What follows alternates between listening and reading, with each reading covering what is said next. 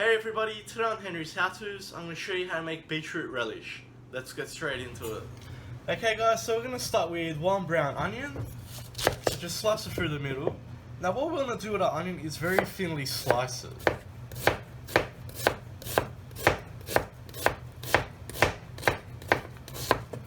So try to get it as thin as possible. Alright guys, so we're going to go to our stove now, just into a small pot. Add about 3 tablespoons of salted butter. And we're going to add our onions straight in, just on a low heat. So guys, all we want to do with our onions is just very lightly saute them now. And we just want to soften them up. So make sure not to do this on a high heat. We don't want to burn that butter. We want to flavor our onions. So guys, once your onions have softened up, I'm going to add in 800 grams of canned beetroot. Now these ones are sliced up, but you can use any, because it's going to break down when we cook it.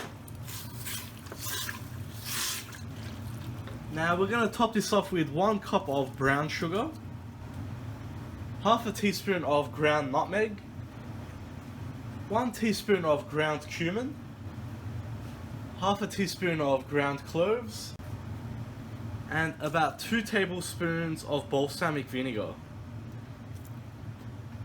Now if you don't like the taste of balsamic, you can do this with apple cider vinegar. Now we'll just mix this all together.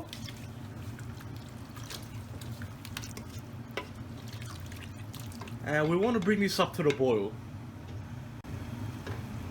So guys, once it reaches the boil like that, we're going to turn our heat down to medium-low. And we want to let this cook for around 45 minutes to an hour until it all breaks down and we get a nice consistency. Alright guys, so it's been 45 minutes. As you can see, all our water has been absorbed from this. So we're left with a really nice thick relish. So you will realize there are little big chunks of beetroot in there. Guys, that's completely fine. That's what gives it its authentic homemade look. If you really want it really fine, go ahead and put it into a food processor, or just beat it up like this, just so you have that chunky effect, just so it looks homemade. So that's all there is to it. So all we need to do now is let this rest here and cool down, and then we're ready to serve this. Okay guys, so our beetroot relish is ready. You can serve it as is as a side. Very nice to go with burgers or steaks or any other sort of dish. And it complements everything.